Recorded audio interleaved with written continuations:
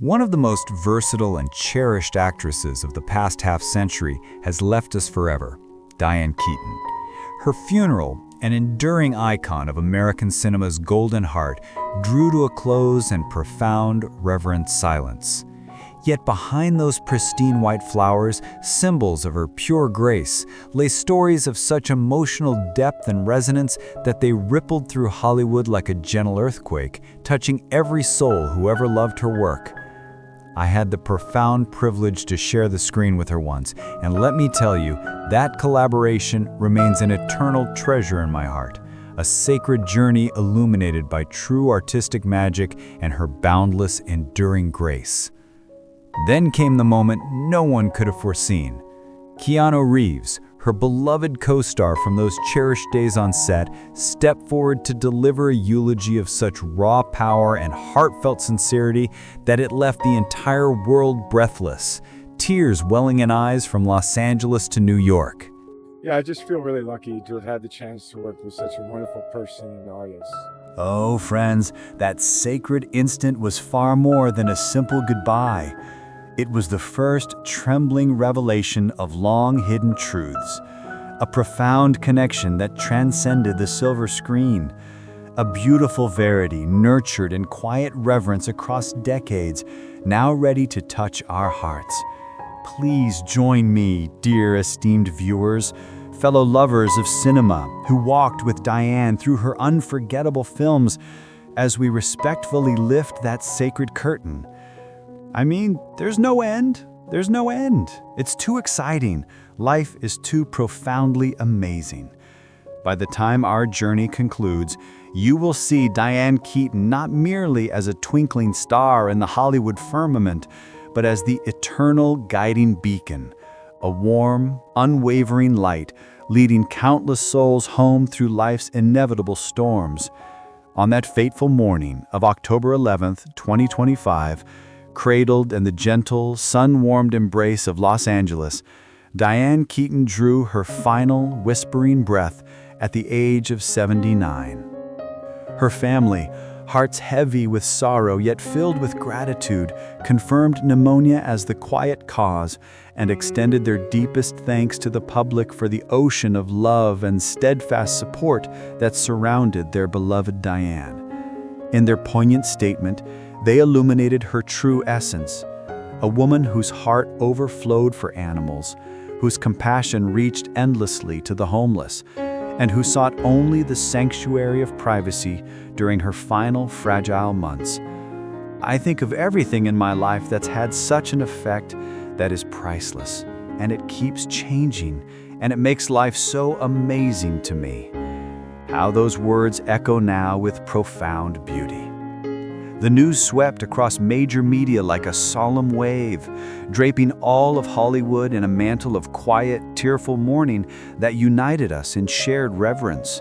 That very evening, our cherished Saturday Night Live, companion through decades of laughter, concluded its broadcast with a haunting black and white portrait of Diane, her eyes sparkling with that signature intelligence, accompanied by the simple, heart-piercing words, "In memory of Diane Keaton." This brief yet devastating tribute struck deep, allowing viewers coast to coast to feel the immense weight of a woman who transformed Hollywood's vision of womanhood itself. Diane Keaton is one of those actors that whenever she's in a film, you know that it's going to be good because of her presence in it. Tributes poured forth like healing rain. Robert De Niro said, "I'm very sad. Diane was a true soul." Goldie Hawn called her a woman so unique she could never be replaced. Bette Midler wrote, "The memories of her go beyond imagination." Nancy Meyers said, "Working with Diane changed my life." Mary Steenburgen recalled her boundless creativity, Jane Fonda her fearless spirit, Ellen DeGeneres her radiant kindness. And we all know what an extraordinary, unique, special person and artist Diane.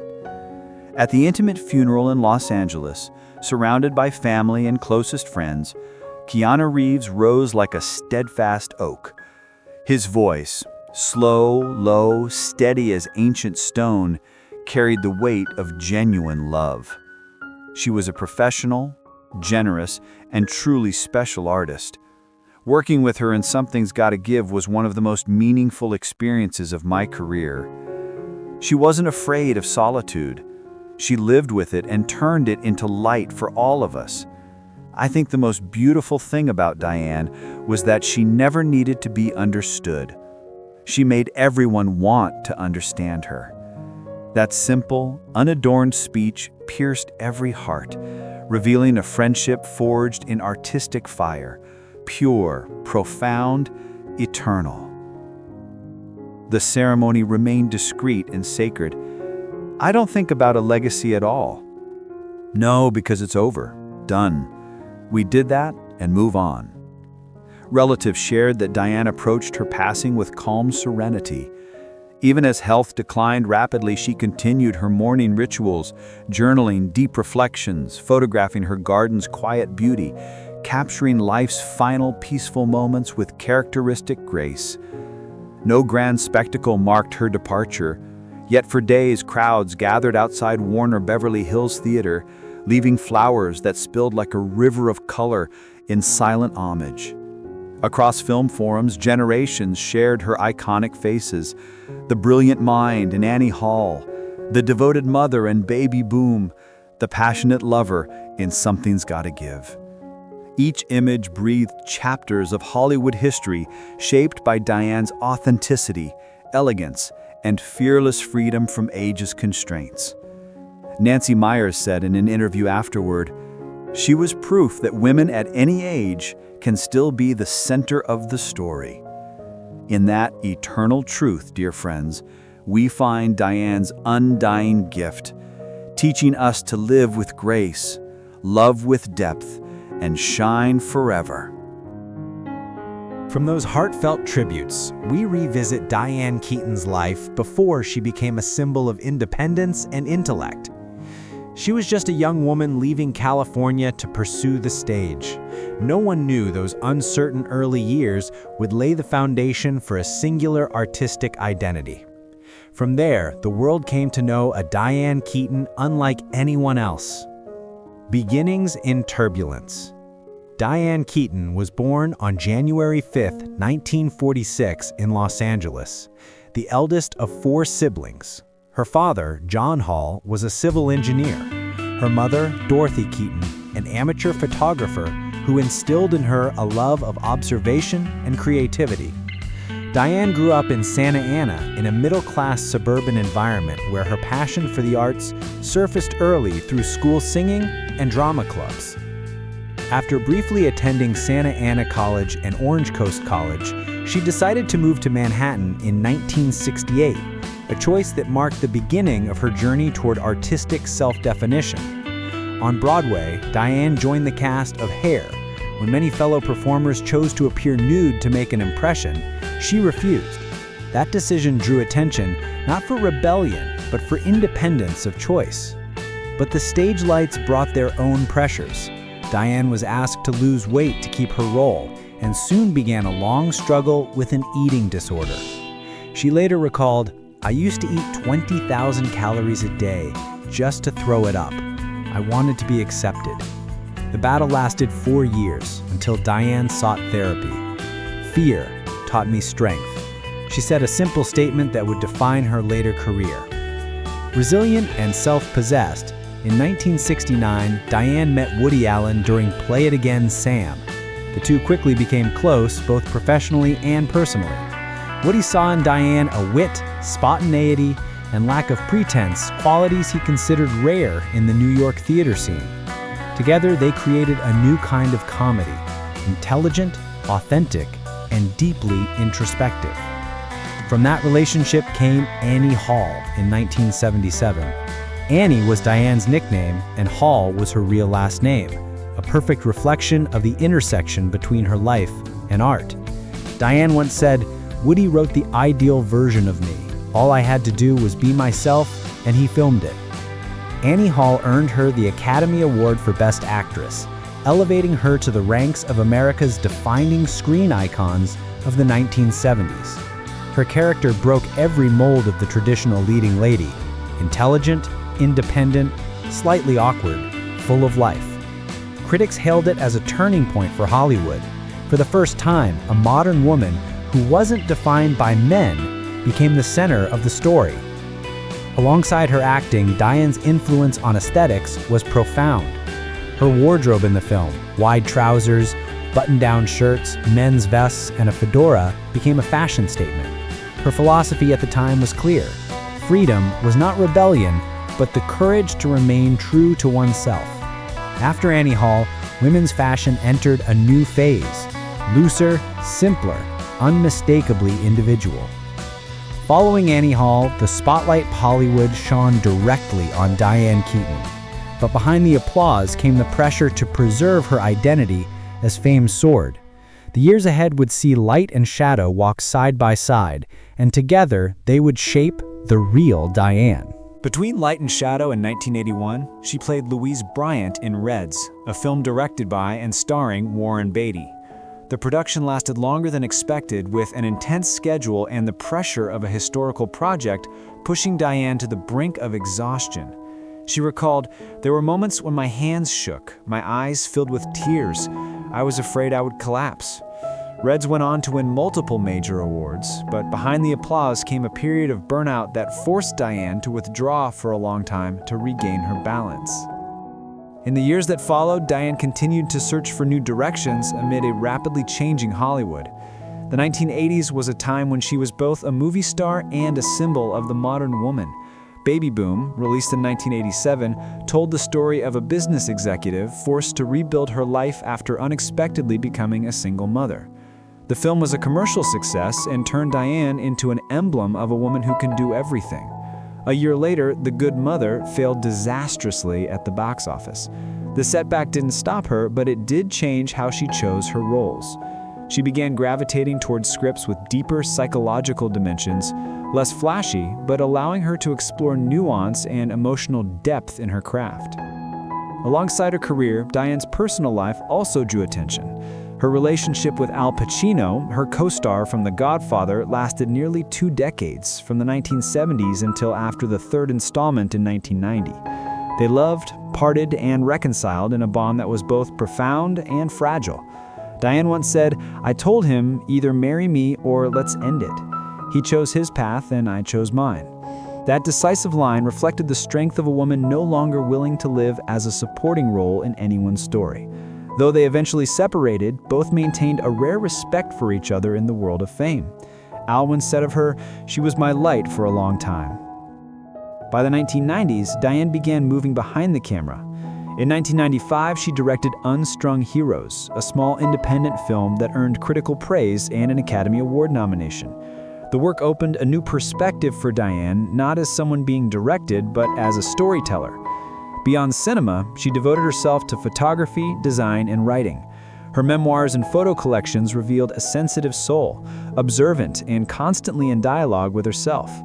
As public attention gradually shifted to a younger generation, Diane chose a quieter life. She bought a house in Los Angeles, planted trees, cared for pets, and photographed architectural details around her neighborhood. In an interview in the late 1990s, Diane said, "I had everything, work, fame, money, but still felt empty. Maybe that's the price of freedom." The confession was not melancholy, but lucid, reflecting the lifelong journey of an artist who constantly questioned the balance between creativity and personal life. 2 turbulent decades made Diane Keaton slow her pace. Just when many believed she had stepped away from the screen, a stunning comeback made all of Hollywood take notice. That film not only reignited her creative energy, but also linked her to a younger co-star, the very person who would later deliver a tribute that moved millions. A renaissance on screen. In 2003, she made a remarkable return in Something's Got to Give, directed by Nancy Meyers and co-starring Jack Nicholson and Keanu Reeves. The film became a major success, bringing Diane back to the center of the cinematic spotlight and proving that a woman in her 50s could still lead a romantic story with charm and depth. After the film's release, rumors of a romance between Diane and Keanu spread quickly. When asked, Diane simply smiled. "I love Keanu, but as a wonderful friend." The gentle reply ended all speculation, leaving behind an image of two artists bound by respect and understanding. Their relationship would later be recalled as a model of genuine professional connection between two generations of actors. The success of Something's Got to Give opened the second chapter of Diane's career. Audiences realized that she still carried her distinctive allure, natural, sincere, and full of vitality. In 2006, she became a global ambassador for L'Oréal Paris, celebrated as a symbol of ageless beauty, a living testament to Diane's timeless appeal. Alongside acting, Diane devoted herself to social causes. She maintained a long-standing commitment to the Helen Woodward Animal Center, often participating in adoption drives and rescue campaigns for abandoned animals. At one fundraising event, Diane said, "My love for animals is the most important part of my life." She also took part in numerous housing initiatives for the homeless in Los Angeles, quietly donating and appearing at community events without publicizing her efforts. In her private life, Diane chose a path few dared to take, becoming a single mother at 50. She adopted her daughter Dexter in 1996 and her son Duke in 2001. When asked about her decision, she said, "Motherhood is the most humbling experience. It teaches you that you can't control everything." In contrast to her strong on-screen personas, Diane in real life was a devoted mother, spending time with her children and leading a modest, grounded family life. Despite her busy schedule, Diane continued to pursue her love for photography and architecture. She worked on several projects documenting historic homes across California and published photo collections that revealed her calm, perceptive way of observing the world. Her private life gradually became quieter, but never detached. After more than 2 decades of tireless work, Diane Keaton quietly stepped away from the set, spending most of her time with her family, her photography, and the rescue dogs she cared for. She lived slowly, but never stopped. For Diane, every morning remained an opportunity to create and to see the world with renewed eyes. And even though she no longer appeared often on screen, her influence continued to resonate, like the steady, gentle glow of a light that never fades. The final ups and downs. In her later years, Diane Keaton gradually withdrew from the spotlight. She lived more slowly, devoting time to her family and pets while keeping a steady rhythm of creativity. In early 2025, Diane sold her home in Brentwood, a property she had personally designed and renovated. Architectural Digest called it Diane Keaton's Aesthetic Manifesto, simple, bright, and deeply personal in every detail. 2 weeks after it was taken off the market, she passed away. The coincidence turned the house into a symbol that perfectly closed the journey of a woman who had spent her life creating beauty. In many of her final conversations, Diane often reflected on her choice to live independently. She said, "I didn't marry because I didn't want to trade away my independence. I'm not good at nurturing, and I accept that." The calm tone of her words, neither defensive nor regretful, captured how she saw freedom as something intrinsic to her being. That mindset made her a model of the modern woman, unafraid to live beyond convention and to define happiness on her own terms. Diane's influence extended far beyond film. The menswear-inspired styles she defined in the 1970s, trousers, vests, and fedora hats, continued to inspire younger actresses like Emma Stone, Kristen Stewart, and Cate Blanchett. A writer for The Guardian noted, "Diane Keaton made strangeness seductive and turned difference into pride." In an age when fashion was often synonymous with extravagance, Diane chose the opposite path, transforming simplicity into an emblem of elegance. Her final interview in 2019 showed that spirit remained intact. When asked about things she hadn't achieved, Diane replied, "I have no regrets. I've lived my way." It was not the statement of a complacent person, but of someone who understood her limits and cherished the path she had walked. She often said that film was a blessing, but life beyond the screen was what made her feel complete. In her last months, Diane continued to appear at charity events. She attended a fundraiser for the Helen Woodward Animal Center, the organization she had supported for years, even as her health declined. A representative of the center recalled that Diane came quietly, not wanting anyone to know, just to contribute to the pet adoption campaign. The small gesture perfectly reflected her lifelong compassion for vulnerable creatures, which she once called the most important part of my life. Diane's legacy lies not only in her awards or her iconic performances, but also in the way she lived, in her natural poise and the spirit of freedom she instilled in others. She proved that a woman could be strong without defensiveness, graceful without compromise. Her presence, both on and off screen, was a reminder that age, gender, and social norms can never confine creativity. Diane Keaton ended her journey in quietude, but what she left behind was anything but silent. From the young girl in Santa Ana who dared to step onto the Broadway stage, to the cinematic icon who inspired generations, Diane never stopped redefining freedom. She changed not only how Hollywood viewed women, but also how the world understood that independence, intellect, and kindness could create a beauty far more lasting than fame. Diane Keaton left behind an estate estimated at around $100 million, a fortune built over 6 decades of continuous work, investment, and artistic dedication. Most of it came from 3 sources: acting salaries and film royalties, sales of her photo books and memoirs, and the value of real estate properties she purchased, restored, and resold.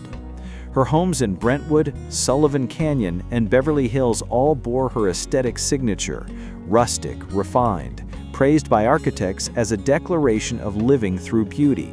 According to estate planning experts in California, Diane Keaton had prepared her financial trust years before her death.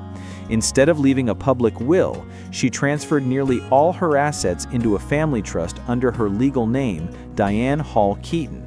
This approach ensured that her 2 children were the main beneficiaries while preserving privacy and avoiding probate or media intrusion.